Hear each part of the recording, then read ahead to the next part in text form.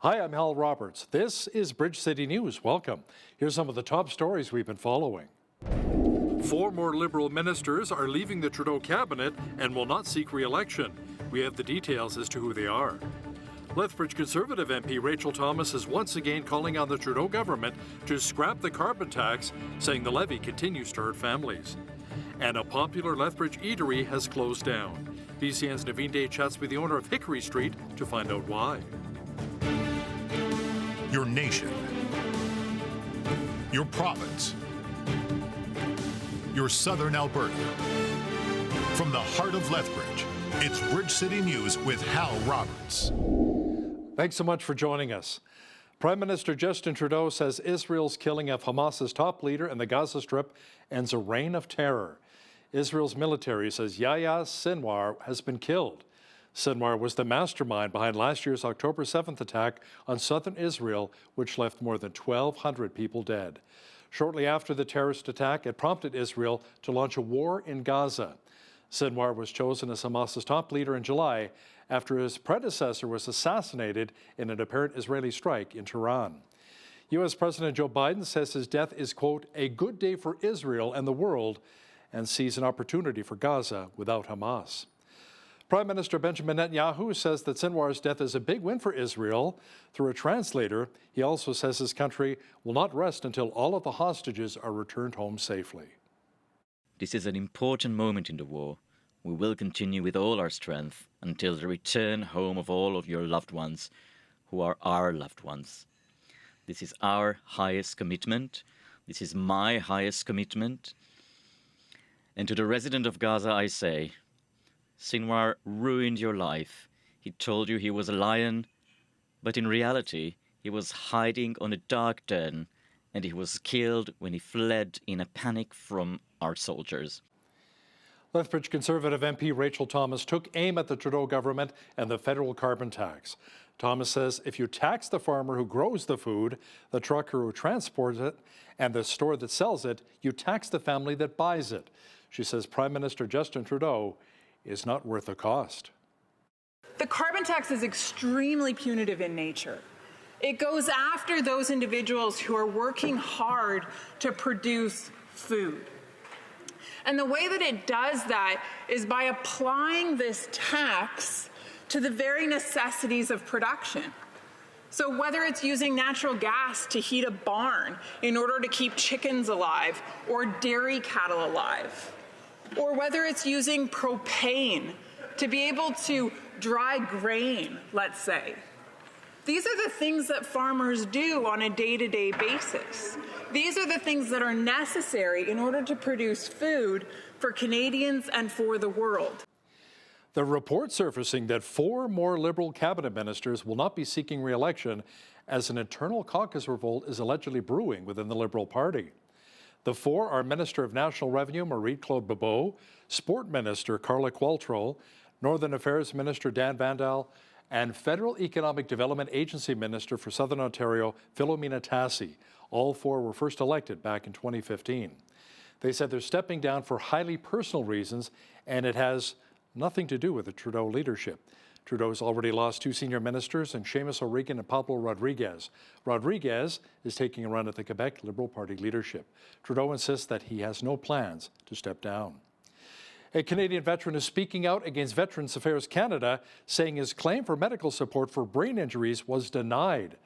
Shane Nedowen is a retired Canadian Forces officer who says he is living with traumatic brain injuries.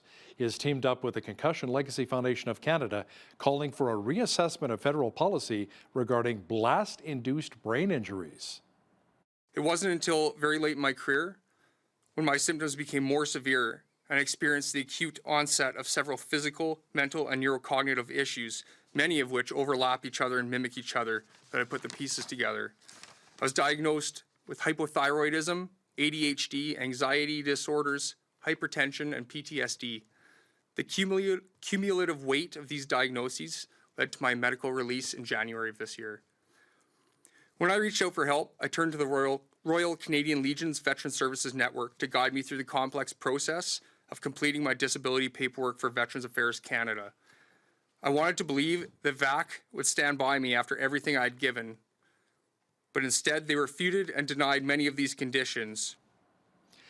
According to the Insurance Bureau of Canada, auto thefts across Canada have decreased 19% from last year. Now, here in Lethbridge, the stats are also favorable. Lethbridge police say in 2022 and 2023, there were between 320 and 330 thefts. They say this year, there should only be a projected number of 230 by the end of 2024. The LPS also continued to remind residents to lock and secure vehicle doors and windows. Also store belongings out of plain sight and call police if you notice any suspicious activity in your neighborhood. Well, it appears as though housing starts are increasing across Alberta. We're now seeing a 35% increase compared with last year. According to the Canada Mortgage and Housing Corporation, housing starts in our province have increased by more than 33,500 so far in 2024. Government officials say there was a drastic need for more homes being built to accommodate the influx of people moving to Alberta from other provinces and countries. Lethbridge has seen one of the largest increases at 305%. We have had 599 housing starts so far this year, compared with just 148 in 2023.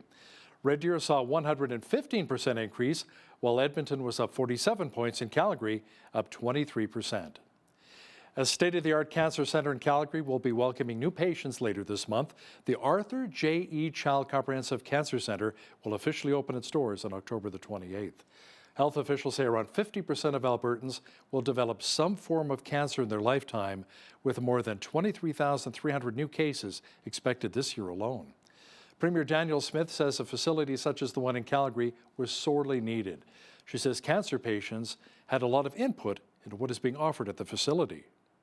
The Arthur Child is a world-class cancer treatment facility that puts the patient at the center of a multidisciplinary health system. It goes without saying that a cancer diagnosis is life-changing, and walking the journey of treatments can be exhausting physically, mentally, and emotionally. Nobody knows that better than cancer patients and their families, what the road looks like. And that's why it was so important that they had a say in this project every step of the way. And that means innovative treatment that will prioritize the patient's experience from diagnosis to discharge. Well, it was a slightly cooler day today in Lethbridge, but still not bad for autumn. Jeanette Rocher is now with an early peek at the forecast. Jeanette, the slightly below seasonal values will continue for the short term? Well, we're actually not below seasonal at all, and that's the big myth. And it's because we are just coming out of those really high temperatures that were in the 20s, and that was what was unusual. So right now we were actually, we're right in range. So seasonal right now is anywhere between -1 to 13 degrees, and today we were expecting that 11. We actually got to 12. So we are right in that seasonal range. Tomorrow as well, 13 will be right at the top end of it. And then coming up this weekend, we could see those temperatures soar back into the 20s again. So looking forward to that. I'll be back later in the show to give you all the details about that. Okay, thanks so much, Jeanette. Although many of us warn our children to avoid becoming victims of online sexual exploitation and abuse, sadly, according to Stats Canada, many still fall victim to predators.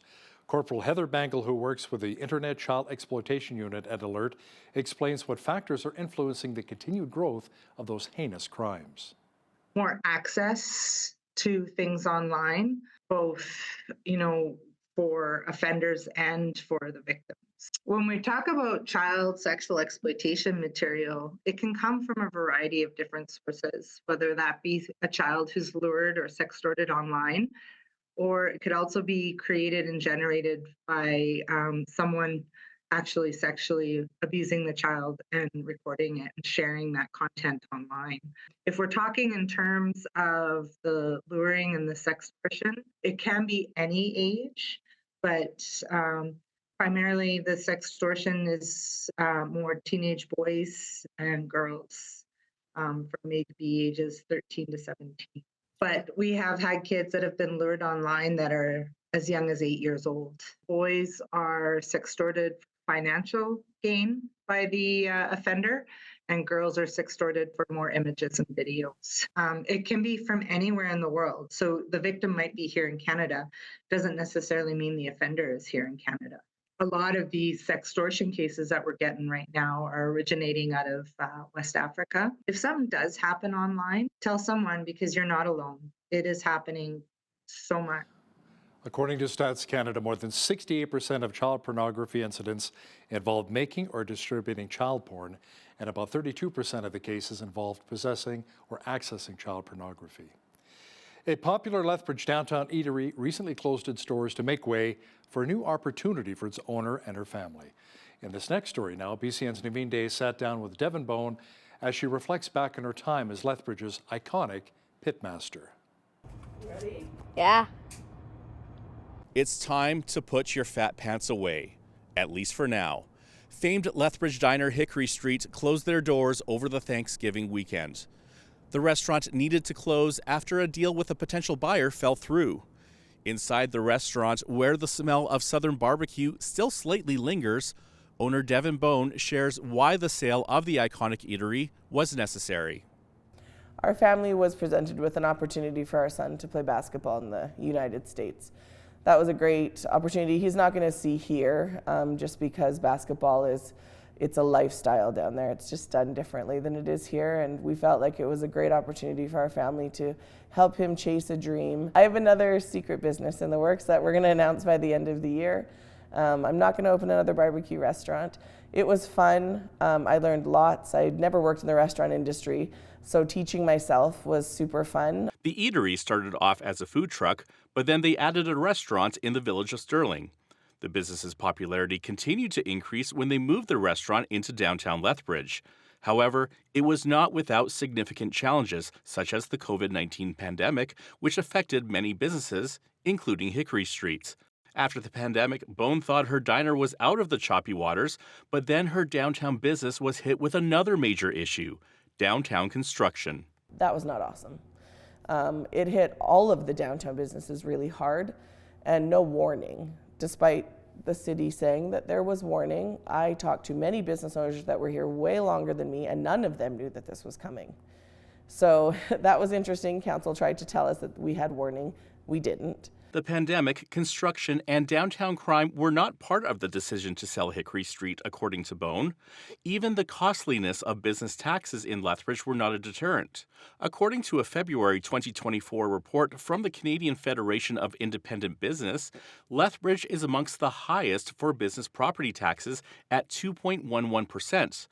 Over 2.5 times more in property taxes for a business property than a residence with the same property value. I knew that they would be higher in the city, but I would just question every time I'm paying my taxes. I don't even know what this is going to at this point.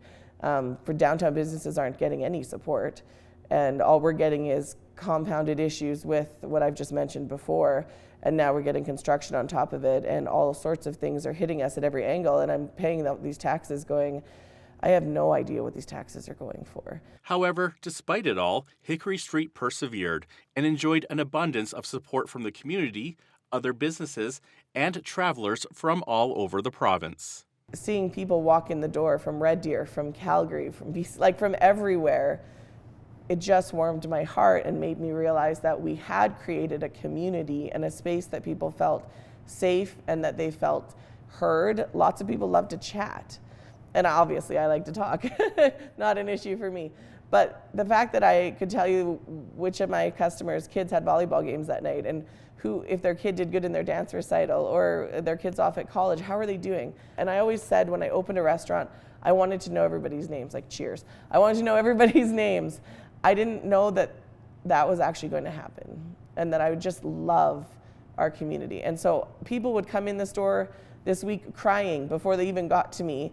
And then I would cry, and then we would just cry. And so lots of tears were shed, but they were all happy and a few sad that we were leaving.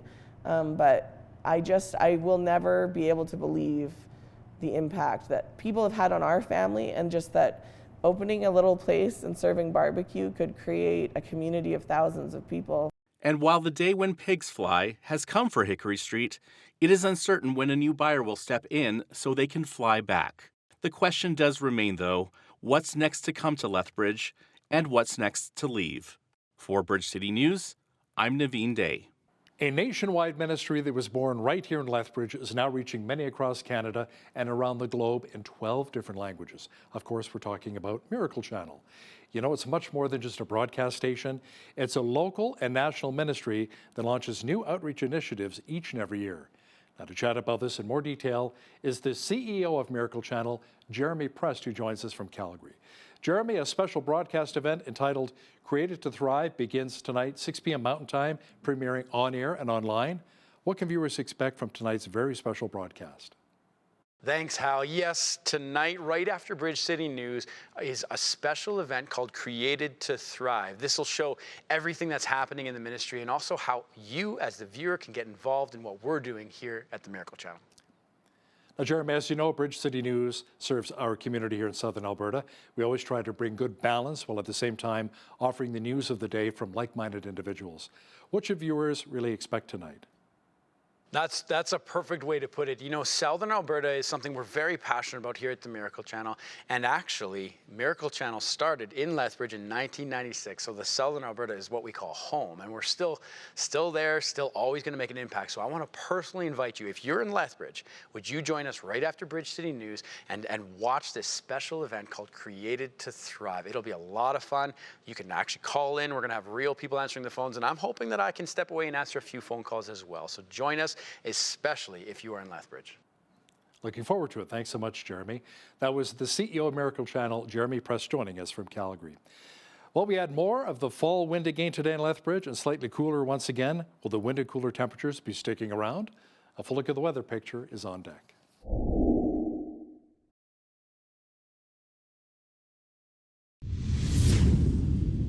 I am so blessed to have a couple of maple trees in our backyard, and I'm enjoying the many wonderful colors on the leaves, the orange, the yellow, the red, and even some green still. Jeanette Rocher is now with all of the weather details. Jeanette, it may be a good time to head down to the River Valley here in Lethbridge as well to catch some of the beautiful, colorful splendor before all of the leaves kind of blow away. Yeah, that is exactly what I'm hoping to do, and it should be a great weekend for it too, provided that we don't get those winds tonight that are supposed to be up to 50K, as long as they don't blow it all away. Otherwise, we are looking at a pretty great weekend ahead of us. So back to 13 on Friday, which is our seasonal high right now. Clear skies right through Saturday, high of 18. Then we're going up to 22 on Sunday. We could see partially cloudy skies there. 14 on Monday, 8 Tuesday, and then back to 12 degrees on Wednesday to round out that 7-day forecast. So average high for this time of year, 13, like I was saying there.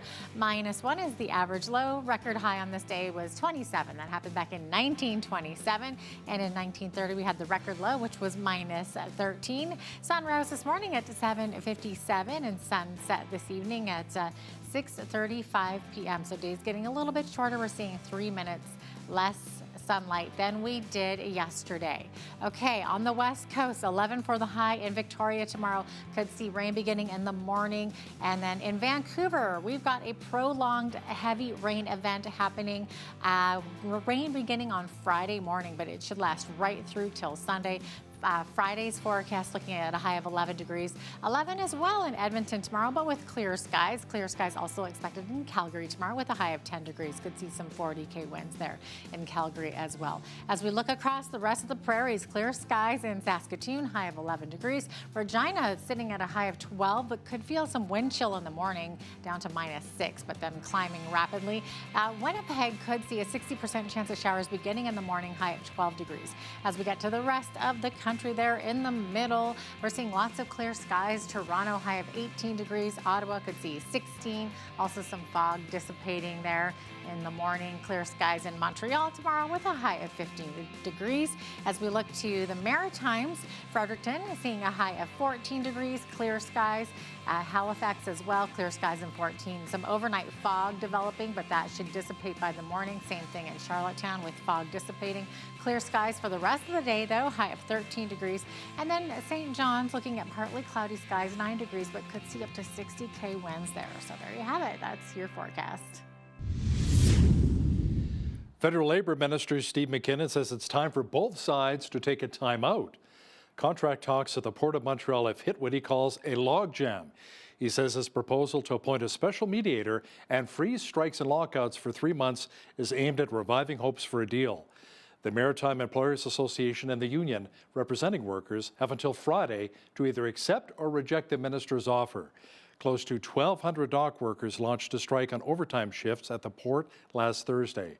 That was a week after staging a 3-day strike at 2 container terminals. The Canadian company behind the popular Sea-Doo and Skidoo brands has put its marine businesses up for sale. BRP is looking to focus on its power sports operations. Company officials say they're also looking to sell their Alumacraft, Manitou, Telwater, and marine parts and apparel businesses. The sale does not include its Sea-Doo personal watercraft, Sea-Doo switch pontoons, and jet propulsion systems. Now, here's a look at today's markets. The TSX was up 129 points on the day to finish at 24,690. The Dow was up 161 to 43,239. The S&P 500 was down a point to 5841, and the Nasdaq was up 6 points to finish at 18,373. West Texas Intermediate Oil was up 38 cents to $70.77 US per barrel. Natural gas was down 2 cents at $2.35 US. Gold was up $17.94 to $26.91.94 US an ounce, and silver was down 4 cents to $31.69 US an ounce. Feed wheat is at $7.95 per bushel. Barley is at $6.03. Canola is at $13.81, and corn is at $7.21 per bushel. Live cattle were down 43 cents to $186.63. Feeder cattle were up 63 cents to $246.73. Lean hogs December contract was up 50 cents at $78.25, and the Canadian dollar was down slightly over the past 24 hours to 72.50 US.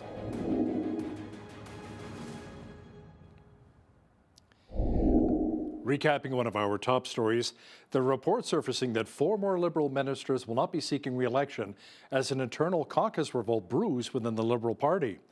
The 4 are Minister of National Revenue Marie-Claude Bebeau, Sport Minister Carla Qualtrough, Northern Affairs Minister Dan Vandal, and Federal Economic Development Agency Minister for Southern Ontario, Philomena Tassi.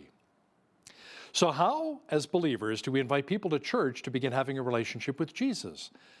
Pastor Kelly Stickle with Parallel Church here in Lethbridge has some ideas, and he talks about those ideas in his new book called Let's Take Our Job Back. He'll share details with us momentarily. When you see news happening in your community, be sure to send us an email at info@bridgecitynews.ca. Also, be sure to visit our website anytime to check out a number of stories and interviews.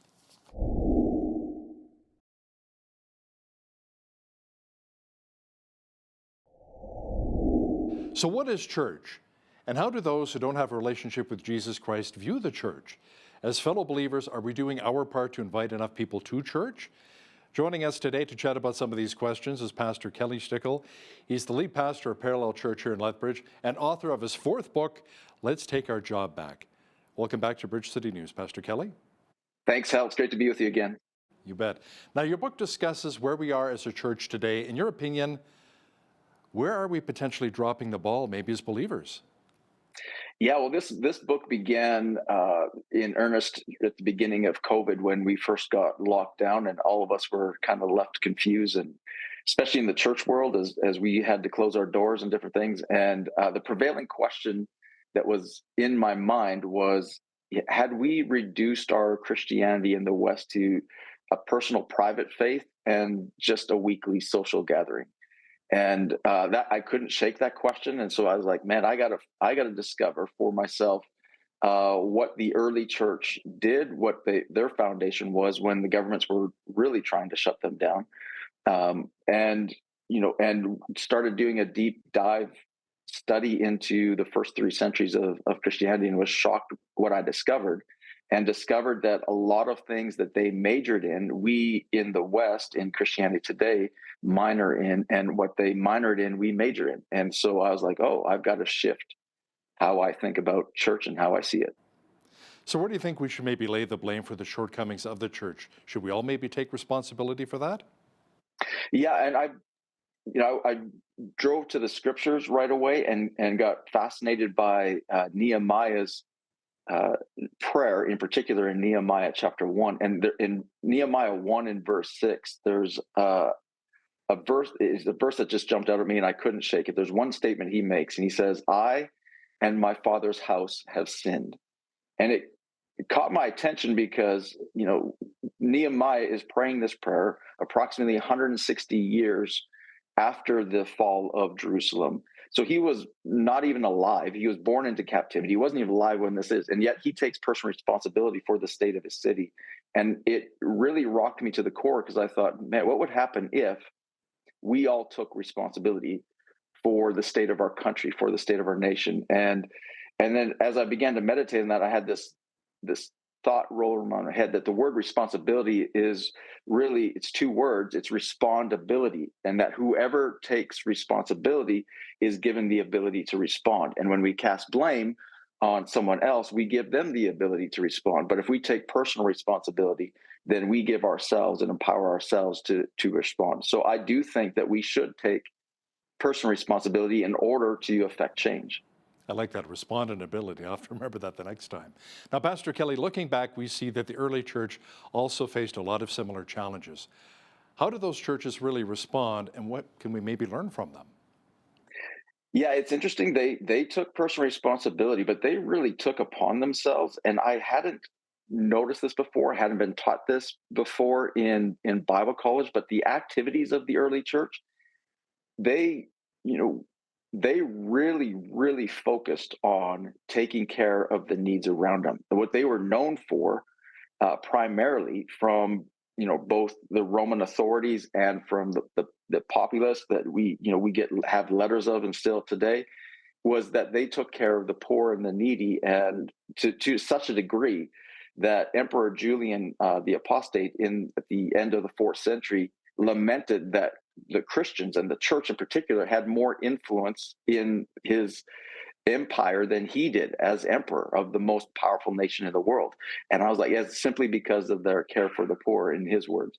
And so I was like, wow, they really majored in the 6 things that Jesus taught us to do in Matthew 25, when he said to the disciples, when I was hungry, you feed me, and when I'm thirsty, you give me drink. That they majored in that, and that was their primary activity. And I thought, wow, that's a side project for most of us today.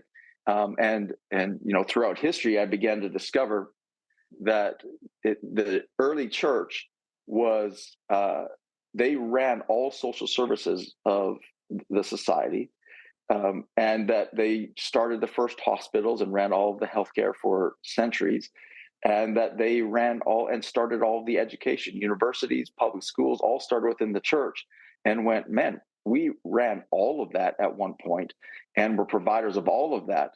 And yet over time, we've abdicated that responsibility and handed all of that social services to agencies and to the government. We've handed education to the government. We've handed healthcare to the government. And we've just reduced our faith to a weekly social gathering, a building that people can attend once a week, and wondering why we are ineffective, and going, well, what if we took our job back, each one of us? Many of us like to actually blame the government for a lot of the issues we have today. And, we like to look at God's kingdom as how things should truly be run. But what should this actually look like as we say, thy kingdom come, thy will be done on earth as it is in heaven? Yeah, and that prayer is powerful. We pray it over and over again and miss really the meaning of the Lord's Prayer in a massive way. But that is an invitation of the kingdom of God. Jesus saying, pray, your kingdom come, your will be done on earth as it is in heaven.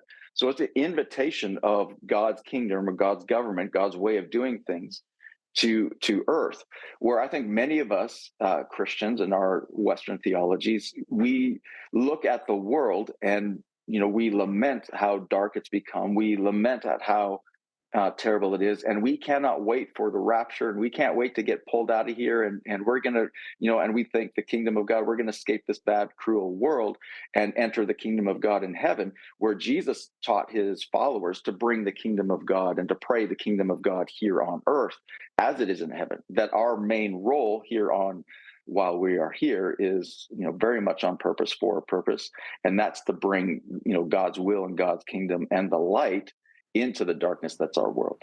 So outside of your own church, Parallel Church, can you share some other examples of churches which are doing a wonderful job of reaching others and advancing the kingdom? Yeah, I tell the story in my book of a friend of mine, Pastor Tim Lucas, and his church in New Jersey, Liquid Church. In 2021, they began to talk about and he discovered in reading an article that the majority of bankruptcies that happen in the United States actually happen because of medical debt. So he presented this to his church, and they did an offering, and they raised $13.7 million to erase 3,800 people's medical debt in, not just in the church, but all around in the community, and just, completely erased 3,800 people's debts. And I was like, wow. I mean, if you don't think that's going to make an impact for the kingdom of God, and lives being changed as well. And then, there's churches in our area that we partner with. Here in Lethbridge, there's a number of churches that we partner with, but there's churches in Church of God in Brooks is a great example of reaching out in the community. We've got Life Church in Medicine Hat's another one that does the same thing. So it's we're excited about it and starting to see churches that are saying, "Hey, I'm going to take the responsibility for the needs in my community, and it's our job to meet those needs." So now you believe that the church really needs to become the solution for the needs of our community, as we were just discussing. Can you expand on that even further? Yeah, I think what would happen, and this is part of what launched the book, is once I discovered all these the history, I thought, man, this history needs to be taught and known. I wasn't taught this in Bible college, like I said, and the activities of the church. I was taught their theologies and what they believed and what we should believe, but I wasn't taught their activities necessarily. And so I thought, I got to write this down and teach all these activities, and realize that the Christians took upon themselves the responsibility of the care of the needy and those in there. And I thought, well, what would happen? And imagine if, and I started dreaming, imagine if every church we've got churches in every community across this country, but imagine if every church said, hey, the greatest problem in my community is going to be my responsibility to solve. And what would happen if we took that upon ourselves and said, hey, we're going to band together as Christians in this community and solve the most dire needs in our community? The church would become, again, the hope of the world. And I think it would change dramatically the state of our country and the state of our communities. Some churches in communities that I've lived in have become very insular. Instead of reaching out to the other churches and really joining forces to uplift the community and to really reach people for Christ. How can we change that mindset, Pastor Kelly, and not be so insular, but be more community-minded, community-focused, and join together for the case of Christ? I think the easiest way, Hal, is if we have a united purpose and a problem to solve, we are going to be unified. If we reduce our faith to the weekly social gatherings, then we're going to become competitive with one another, because we're competing on who can have the largest gathering on a weekend. And meanwhile, our communities are struggling and hurting. If we started to take on the responsibility of our communities and said, this is our problem to solve as churches, and we've seen that here in Lethbridge, as we launched My City Care and did that, we had a number of churches come alongside us and say, hey, can we help? And can we be a part of solving these problems as well? And we've had, right now we've got 189 agencies and churches in the community of Lethbridge that have all band together and said, we're helping and working one another at solving the problems in our community. And I think that unifying factor has joined all of us together in a much, much tighter way, because we've got a common problem to solve. So what kind of excuses do you hear, however, for people that don't really want to engage in their community or maybe help out at church and do their job? Well, I think the primary excuse is, well, who are we and what difference could we possibly make? The problems are too big. It's not going to make that big of a difference anyway. All these excuses. And if we truly try to help, there's other people that are doing a better job. We don't want to step on toes. We don't want to offend. All these excuses. And I come back to Nehemiah. Nehemiah in verse 6 took personal responsibility. He said, I and my father's house have sinned. Even though he wasn't there, he took personal responsibility. And he must have that same thought, like, who am I that I could make a difference? Because he was a prisoner of war, a slave, a cupbearer to the king. And he's like, he had every excuse in the book as to why it wasn't him that could do anything for his city. Yet in verse 10 in Nehemiah 1, Nehemiah says, I serve the King of Kings first. It's not by my power, but by his great power. It's not by my strong hand, it's by his strong hand. And in doing that, and then he says, I'm part of God's chosen people. So he recognized, first of all, even though he was a slave, that he identified not by his circumstances or by his job description at the time, that he identified first as a chosen person, a member of God's chosen people. And Paul says in Colossians 3 that we are God's chosen people now as believers. And Paul says in 2 Corinthians that we are the ambassadors. It's our responsibility. We're the ambassadors here on earth for the King of Kings, that we need to re-anchor ourselves in our identity in Christ in order to have the courage to respond. Okay, let's talk about, evangelizing and reaching out to other communities as fellow believers. A lot of times there has to be a transformation in someone's heart. How does that really work, to create that transformation to reach people for Christ? I think as the church in the West, we are more commonly known for what we stand against rather than what we stand for. And I think we can transform and what we preach. It's interesting that Jesus's ministry, the disciples' ministry in the book of Acts, the early church that I studied in the first 3 centuries in particular, they all took care of the physical felt needs within their communities first. Jesus would often walk into community before he ever preached a sermon and begin to heal the sick and cast out demons and lay hands on the lepers, and all of the ministry, the felt needs that he met first in order to, take away the cares of their lives, to be able to listen and to be receptive to the message. And I think that's where we've got it wrong a lot of times in the West, is that we have reduced our faith to something that we just preach, and we expect the rejection, but we've often neglected the first responsibility, which I think is to meet the needs in our community. And that people, we've discovered by launching My City Care and taking care of the needs of people, if people are really receptive to the gospel when they are delivered hope first. And I think the most valuable currency on the planet today is hope. And we've abdicated all of the centers of hope to the governments. And we said, they're providing the education, they're providing the social services, they're providing the healthcare. And so they basically own all of the hope. And Jesus called us to be the hope of the world as the church. And if we take our job back, and that's really what the book's all about, is what, practical ways that we can learn from the past and begin to take our job back so that we can deliver hope first. And in that, it's easy to say that hope is Jesus, and that's where we got it from, and you got to be a part of it. Amen. Faith, hope, and love. Pastor Kelly, you talked a bit about My City Care. Why don't you explain to our viewers what it is and how it's really impacting our community here through Parallel Church?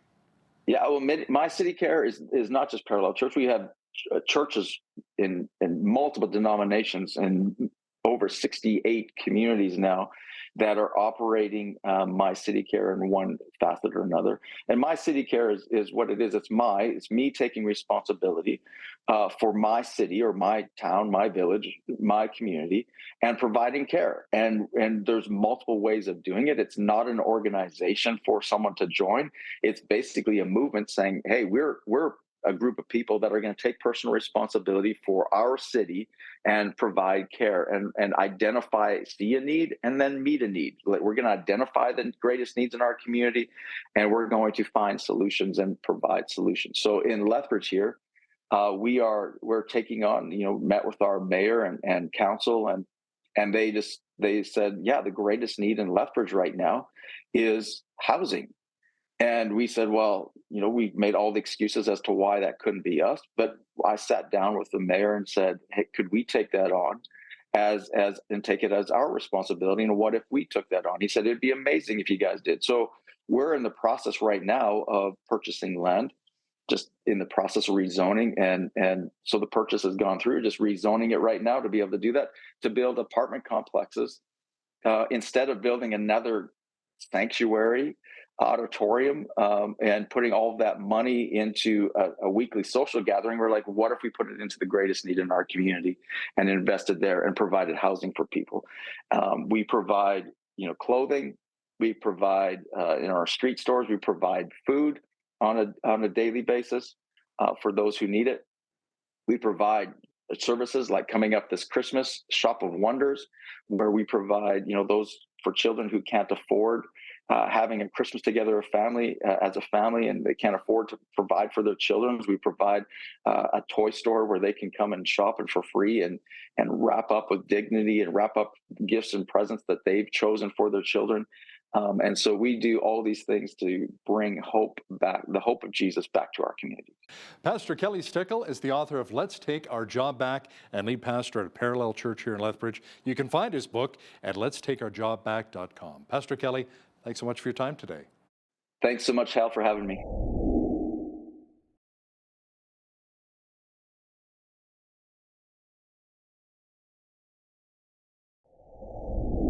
Although many people suffer from Alzheimer's and dementia worldwide, we often forget about the many caregivers who give up their precious time and energy to care for loved ones living with this debilitating disease. My guest today, Dr. Macy Smith, is a gerontologist, and she's here to offer us some tips to caregivers. Dr. Smith, thank you so much for joining me today. Great to have you on. Thank you for having me, Jeanette. Absolutely. Okay. Now, you have written a concise, to-the-point guide. It's called A Dementia Caregiver Called to Action, The Journey. And in this, you tell families exactly what to do, what to say, and what to expect with the person that they're caring for. And you've done it in fewer than 60 pages because, caregivers don't have a lot of extra me time to sit around and read a book, right? No, they don't. And I understand the plight of a family caregiver all too well. My grandmother did develop, she developed dementia later in her years in her 80s. But by that time, I was well into the industry, but I was still confused, still fearful, still, angry, still upset, not knowing what to do. And so I wrote the book with the average family caregiver in mind. They don't have time to decipher and sift through hundreds of pages to figure out what doctor I need to call. And so it was very important to me to give family caregivers the tangible, realistic support they need to guide them along their journey. Oh, for sure. Now, for the record, what is the difference between Alzheimer's and dementia? People often confuse the two. I know I do, for sure. They do. And thank you so much for asking that question. Dementia is not the disease.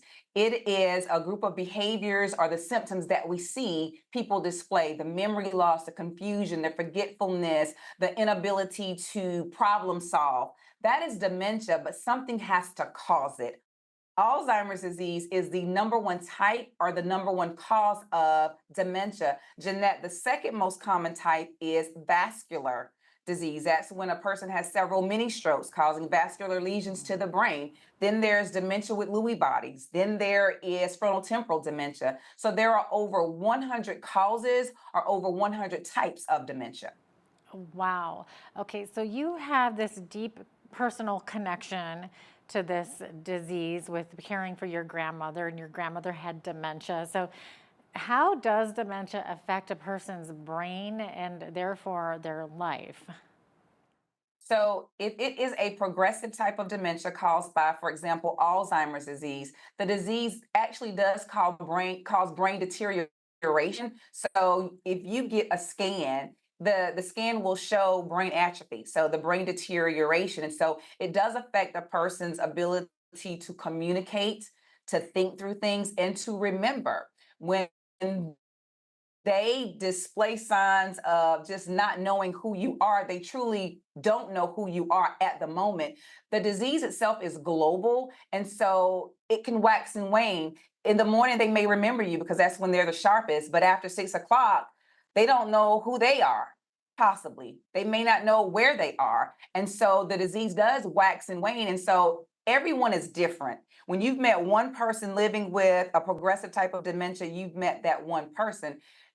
Jeanette, it can also affect their bodily functions. It can affect their ability to go to the bathroom independently because your bladder and your bowel is connected to your brain. Your brain is your being. Your brain tells your body what to do, when to do, how to do. And so if the brain is affected, it's going to affect your outward signs. What are some of the potential symptoms of dementia? If somebody in your family, maybe you think they might have it, what are we looking for? Well, it's important to know that it's much more than memory loss and forgetfulness, because we've all forgotten where we put our cell phone and we're on it, right? Yeah. You quickly retrace your steps and say, oh, I'm on the phone. Silly me, I'm just stressed. But it's when that memory loss and that forgetfulness begins to impact one's life, their daily routine. If they are getting lost coming home from the store or from a family member's house, if they're not remembering how to make a bed, those routine tasks, how to bake a cake, and they've been baking cake on Sunday after church for 45 years, then something is actually happening. It could be cognitive impairment, or Jeanette, it could be what we call a treatable type of dementia, whereas it's caused by chronic illness such as high blood pressure. It could be caused by medication interaction, or an acute illness such as a urinary tract infection. Wow, that's one I wouldn't have guessed for sure. Okay, so getting back to caregivers, what should a caregiver do if their loved one is diagnosed? Well, you want to be sure that it is what we would consider a conclusive diagnosis. And so if your loved one is diagnosed with dementia, which is an umbrella term, remember it covers a lot of different diseases and illnesses, you want to ask the doctor what type of dementia it is and or what's causing it. So that way you know what the future may look like for the family, because it's not just the person living with dementia, it is the family now living with dementia. Once you have a conclusive diagnosis of a progressive type of dementia, you want to get connected to support groups through the Alzheimer's Association or through the association attributed to the type of dementia your loved one has. And then you want to get connected to what we call the AAA, Area Agency on Aging. Every county, every province has an area agency on aging. They have access to respite vouchers, so financial supports that help you pay for someone to come into the home to stay with your loved one while you go out and have me time and practice self-care. They'll connect you to senior centers where your senior loved one can go during the day while you work. They'll also connect you to Meals on Wheels, whereas you don't have to worry about cooking for your loved one. You can make sure that they're having meals delivered. And that's also some engagement and socialization for your loved one. So those are the three key pieces of resources I would give to family caregivers. So vitally important to help for the journey ahead. Right. Now, I found this statistic so shocking that research shows that more than 11 million caregivers are providing more than 18 billion hours of unpaid care to loved ones. That's unbelievable. And you were one of them. And I think people don't realize how much time and energy and expense is involved in this, do they, Macy? So Alzheimer's disease is the most expensive disease in the top 10 chronic illnesses. It is the only disease that can't be prevented, cured, or even treated. And so when we think about the impact to families, you're thinking about the caregiver. The average caregiver is in the sandwich generation between 49 and 50 years of age, but over 30% are over the age of 65. And so when we think about women, they're at the epicenter of the disease epidemic, but they're also the caregivers. African American women are twice as likely to develop the disease and least likely to be diagnosed in the early stages when the medications for the symptoms, which is dementia, is most effective. And so the family caregivers, the long-term care system really does rest on the shoulders of family caregivers because we take care of our own. And quite frankly, non-medical long-term services and supports, they're very, very expensive. And so if the family doesn't have the financial means to pay for someone to come into the home or to place their loved ones in assisted living, then the responsibility is going to be on the family. So those numbers are astonishing, but they're absolutely accurate. And so, Macy, after caring for your grandmother, Why was it important for you to share what you had learned through this journey with other families to spare them from enduring those same kinds of struggles? Well, it's the right thing to do. I'm from the South, and we have a saying, when you know better, you do better. So I want people to live well. I want people to not have to be in a constant state of crisis. If I have information and education, I'm going to share it. Why not? When we think about what goes around comes around, and with blessings, we're all going to reach age of a senior, and we want to sow in some good seeds so we can reap some good seeds. And so if you have information to share that could change the trajectory of someone's day, then that's the right thing to do. I lead with compassion, I lead with love, and I lead with information, tangible information that people can use that day, which is why my book is so compact and so concise, because if you have a question about the difference between Alzheimer's and dementia, that's going to be on page 3. Oh, right. Well, Macy, maybe like what kinds of questions should caregivers maybe be asking their loved ones, doctor? Well, after you ask what type of dementia it is, you want to talk about treatment options. Now, the treatment is not for the disease itself, it's for the symptoms. So, dementia, you want to try your best to stay away from behavioral health medications and antipsychotic medications, because sometimes that exacerbates the condition and some of the behaviors that we may see. You also want to ask about some natural things that you can do.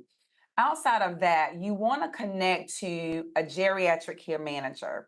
You can locate a geriatric care manager in your area just by doing a Google search. So, what we do as geriatric care managers is help families navigate the long term care system, which is unnecessarily confusing. Because, again, the doctors are going to focus along the medical model. So they'll focus on the treatment and the medical care, but you also want to be connected to the social environment and the social community, so that way you can help keep your loved one engaged and to offer some sense of normalcy as much as possible. Yeah.